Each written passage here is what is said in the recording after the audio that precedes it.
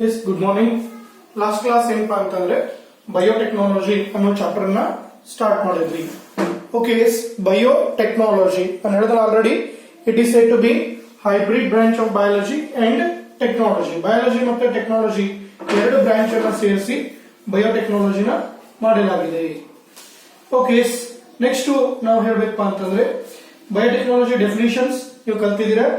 Okay, the techniques which we apply on living organism to make it better for the what we call to produce products of our interest or to generate service, that is called biotechnology. Adagimele scope of biotechnology and different fields: industrial, okay, animal biotechnology, plant biotechnology, environmental.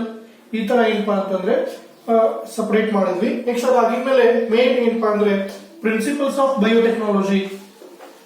Okay, complete biotechnology, that is to be what we call depends upon two main principles. One will be genetic engineering and the one maintenance of sterile environment. Okay, adrolage first yavu helidvi andre genetic engineering, the technique to alter the chemistry of genetic material. Okay, andre DNA ಒಳಗೆ change ಮಾಡಿದ್ರೆ ಅದರ phenotype ಒಳಗೆ change ಆಗುತ್ತೆ. Okay, so ಅದನ್ನ ಹೇಳಿದ್ರು the techniques to alter the chemistry of genetic material. Okay, that is to be under in vitro condition or introduced to the gene host organism and thus change in phenotype of an organism. ನೀವು ಯಾವುದು change ಮಾಡ್ಬೇಕಂತೀರ ಅದರ DNA ನ alter ಮಾಡೋದು ಅಂದ್ರೆ by inserting gene from the other source. ಅದನ್ನೇ ನಾವೇನಂತ ಹೇಳ್ತೀವಿ ಅಂದ್ರೆ ಜೆನೆಟಿಕ್ ಇಂಜಿನಿಯರಿಂಗ್. ಓಕೆ, ಅದಕ್ಕೆ ಒಂದ್ ಕಡೆ ಹೇಳ್ತೀವಿ ಏನಂತಂದ್ರೆ ಬಯೋಟೆಕ್ನಾಲಜಿ ಇವತ್ತು ಬಹಳಷ್ಟು ಪಾಪ್ಯುಲರ್ ಆಗ್ಲಿಕ್ಕೆ ಕಾರಣ ಜೆನೆಟಿಕ್ ಇಂಜಿನಿಯರಿಂಗ್. ಓಕೆ, ಯಾಕಂದ್ರೆ ಇವತ್ತಿನ ಕ್ಲಾಸ್ ಅಲ್ಲಿ ನೀಟ್ ಆಗಿ ಮತ್ತೆ ಅದನ್ನೇ ನಾವು ಏನಪ್ಪಾ ಅಂದ್ರೆ ಡಿಸ್ಕಷನ್ ಮಾಡ್ಕೊತ ಹೋಗ್ತೀವಿ. ಇನ್ನ ಮೇಂಟೆನೆನ್ಸ್ ಆಫ್ ಸ್ಟೆರೈಲ್ ಎನ್ವೈರನ್ಮೆಂಟ್ ಅಂದ್ರೆ ಓಕೆ, ಈಗ ಏನು ಜೆನೆಟಿಕ್ ಇಂಜಿನಿಯರಿಂಗ್ ಪ್ರೋಸೆಸ್ ಮಾಡ್ತೀವಿ ಆ ಎಲ್ಲಾ ಪ್ರೋಸೆಸ್ ಏನಪ್ಪಾ ಅಂದ್ರೆ under controlled condition, lab condition ಒಳಗೆ ಓಕೆ ಮಾಡ್ಲಿಕ್ಕೆ ಅಲ್ಲಿ the environment which is to be free from other microbes, ಅದನ್ನೇ ನಾವು ಸ್ಟೆರೈಲ್ ಕಂಡೀಷನ್. ಈಗ ಸ್ಟೆರಿಲೈಸೇಷನ್ ಅಂತ ಕೇಳಿದ್ದೀರಾ. Okay, the thing or object that we are going to make free from microbes, adane sterilization. ಅದೇ ತರ ಈ ಲ್ಯಾಬ್ ಕಂಡೀಷನ್ಸ್ ಅನ್ನು ನಾವು ಯೂಸ್ ಮಾಡಿಕೊಂಡು ಓಕೆ ಜೆನೆಟಿಕ್ ಇಂಜಿನಿಯರಿಂಗ್ ಆಕ್ಟಿವಿಟೀಸ್ ಅನ್ನ ಮಾಡ್ತೀವಿ. ಅದನ್ನೇ ನಾವೇನಂತ ಹೇಳ್ತೀವಿ ಮೇಂಟೆನೆನ್ಸ್ ಆಫ್ ಸ್ಟೆರೈಲ್ ಎನ್ವೈರನ್ಮೆಂಟ್ ಅಂತ ಹೇಳ್ತೀವಿ. ಓಕೆ, ನೆಕ್ಸ್ಟ್ ನೋಡೋದಾದ್ರೆ we are moving to again genetic engineering.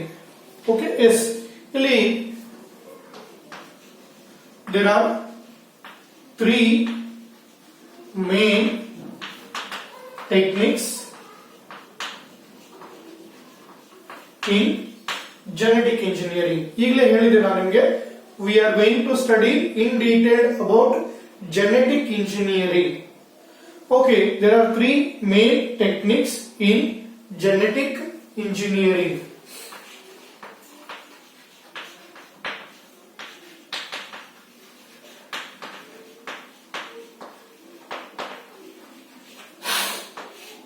Okay, yes, ಇವನ್ನೇ ನಾವೇನಪ್ಪಾ ಅಂತಂದ್ರೆ ಪೂರ್ತಿ ಬಯೋಟೆಕ್ನಾಲಜಿ ಒಳಗೆ ಅಪ್ಲೈ ಮಾಡ್ತೀವಿ. ಓಕೆ, ಯಾವ್ದದು ಮೂರು ಮೇನ್ ಟೆಕ್ನಿಕ್ಸ್ ಅಂದ್ರೆ one that is called RDNA technology ಅಂತ ಕರಿತೀವಿ. ಅಂದ್ರೆ recombinant DNA technology. Okay, yes, RDNA technology. ಇನ್ನ ಸೆಕೆಂಡ್ ಬಂದ್ಬಿಟ್ರೆ ಜೀನ್ ಕ್ಲೋನಿಂಗ್ ಅಂತ ಹೇಳ್ತೀವಿ. Gene cloning. ಓಕೆ, ಒಂದೇ ತರ ಇರೋ ಜೀನ್ ಅನ್ನ ಕ್ಲೋನ್ ಮಾಡೋದು, ಪ್ರೊಡ್ಯೂಸ್ ಮಾಡೋದು. ಇನ್ನ ಥರ್ಡ್ ಬಂದ್ರೆ ಜೀನ್ ಥೆರಪಿ ಅಂತ ಹೇಳ್ತೀವಿ. Gene therapy.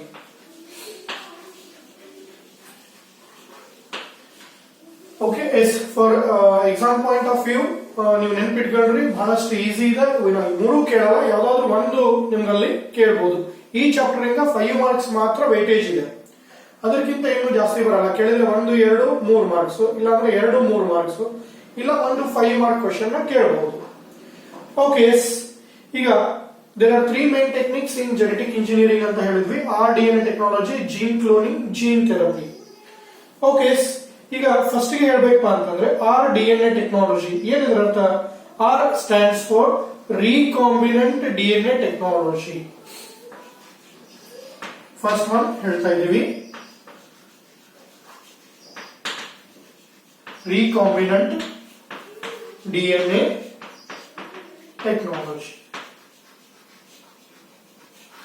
Okay, ಇದನ್ನೇ ಶಾರ್ಟ್ ಆಗಿ recombinant, that stands for rDNA technology.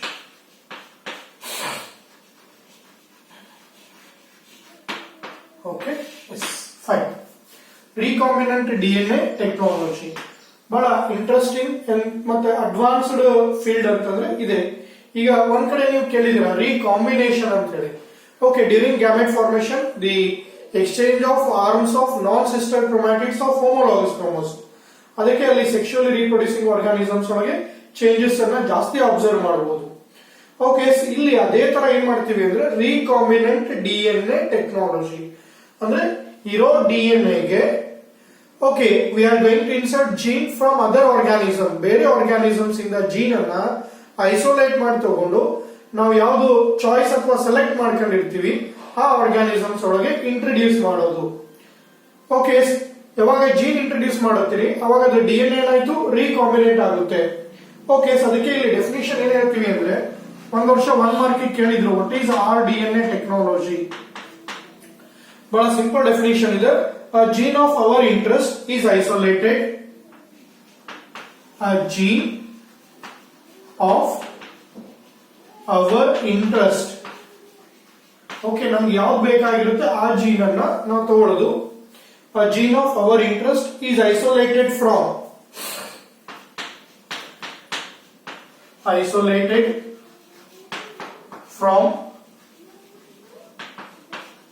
choice or selected organism. Okay, is a gene of our interest is isolated from choice or selected organism, comma, inserted in a vector,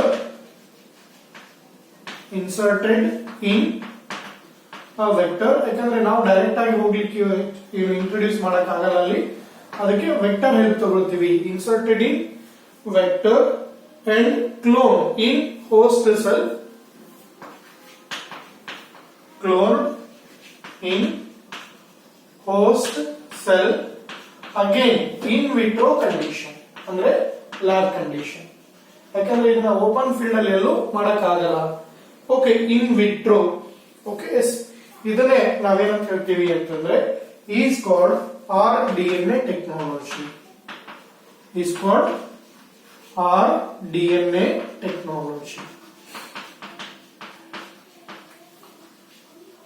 Okay, yes, fine. ಈಗ gene of our interest is isolated from choice or selected organism. Okay, yes, is inserted in vector and cloned in host cell, that is in vitro, is called recombinant DNA technology. Okay, ಇದು ಆಗ್ಲೇ ಹೇಳಿದಂಗೆ new field of biotechnology. By this technique we can get genetically modified organisms to produce products of our interest. Okay, ಈ techniques ಇಂದ ನಾವೇನ್ ಮಾಡಬಹುದು ಅಂದ್ರೆ genetically modified organisms ಅನ್ನ produce ಮಾಡಬಹುದು. ಅದರಿಂದ ನಮಗ್ ಬೇಕಾಗಿರೋ ಪ್ರಾಡಕ್ಟ್ಸ್ ಅನ್ನ ಆಬ್ಟೈನ್ ಮಾಡ್ಕೋಬಹುದು. ಓಕೆ, ಫಸ್ಟ್ ಹೇಳ್ಬೇಕಪ್ಪ ಅಂದ್ರೆ rDNA technology. Okay, is rDNA technology is new field in biotechnology. Okay, rDNA technology that is to be completely advanced or new field in biotechnology.